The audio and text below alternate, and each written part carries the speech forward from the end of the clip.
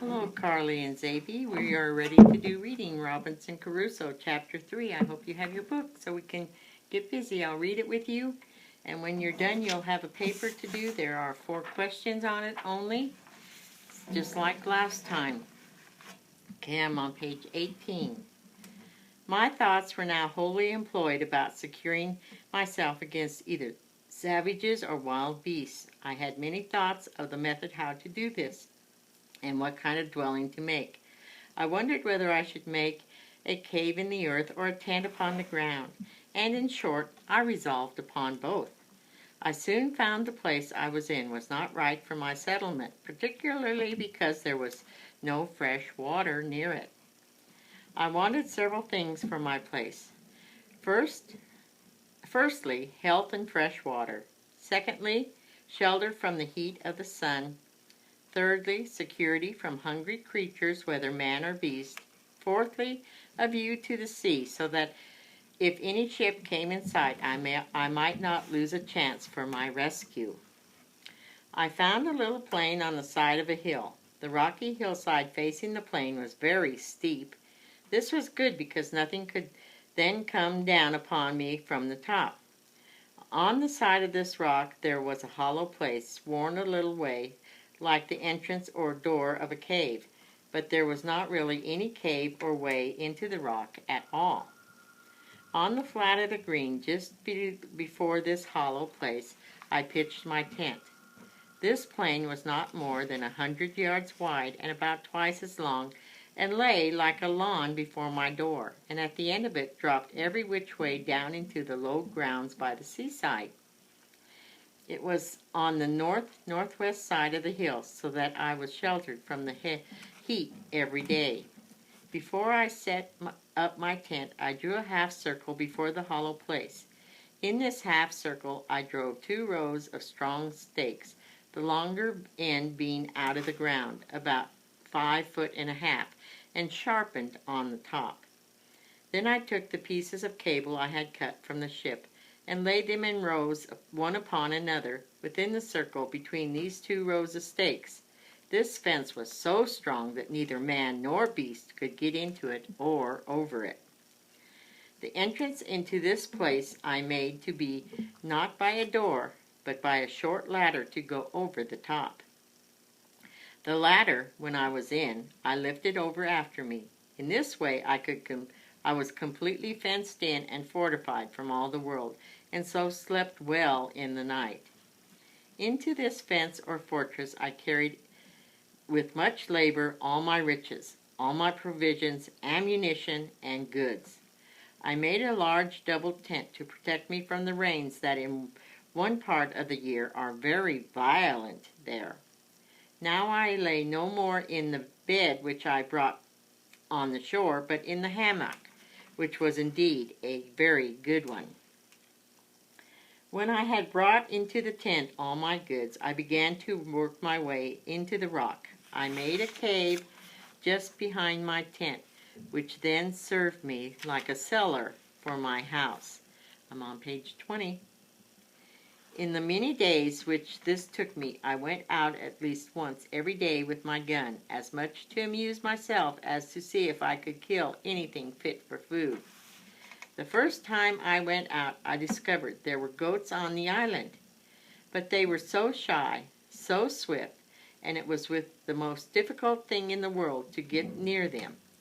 However, after I had found their haunts, I laid in wait for them. I observed, if they saw me in the valleys, they would run away. But if they were feeding in the valleys and I was upon the rocks, they took no notice of me. Their eyes were so directed downward that they did not see objects that were above them.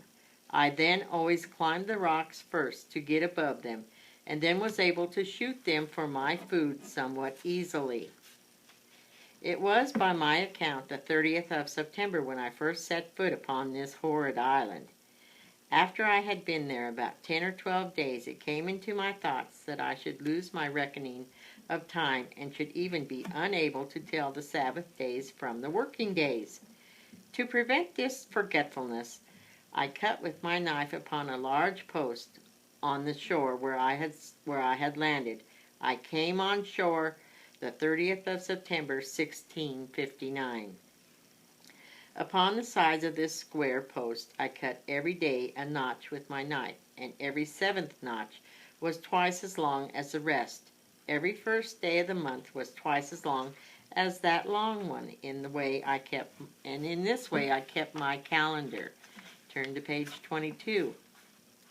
Among the many things I brought off the ship in the several voyages I made to it, I got several useful things. I have not mentioned pens, ink and paper, compasses, perspectives, charts, and books of navigation. Also, I found 3 very good Bibles, some Portuguese books also. I must not forget that we had on the ship a dog and 2 cats, and whose story I may say something. I carried both the cats with me for the day. Excuse me.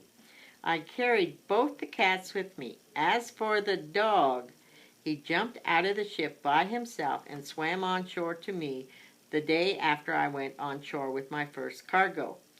He was a trusty servant to me for many years.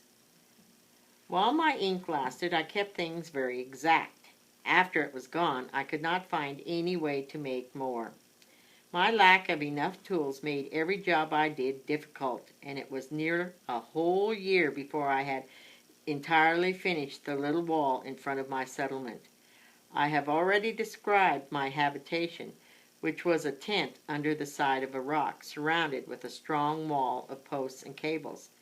After a year and a half, I raised rafters from the wall to the rock, and thatched them with boughs of trees and such things as I could get to keep out the rain.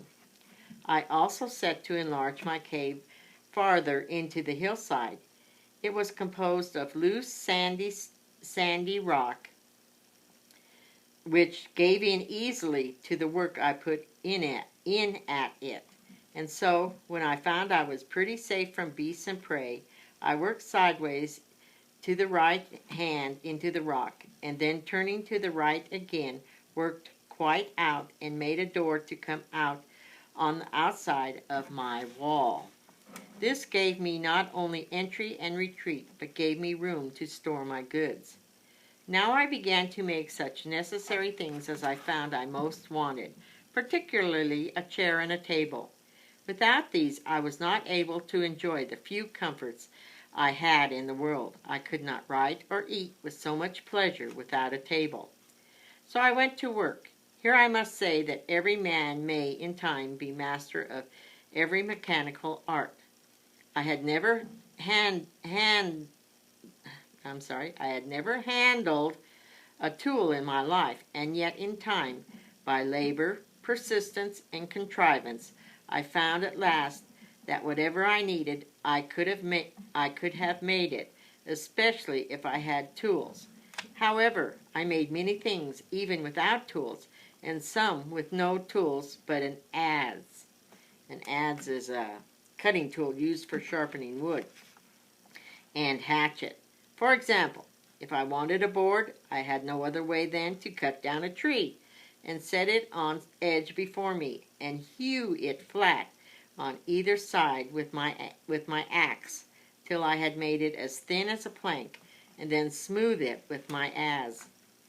And now it was when I began to keep a journal of every day's activities. At first, I was in too much of a hurry in my work and in my mind. But having settled my household, I wrote as long as my ink lasted. I shall omit from this journal most of those details which I have already related. This is the end of Chapter 3. You should be able to answer the 4 questions now. Goodbye till next time.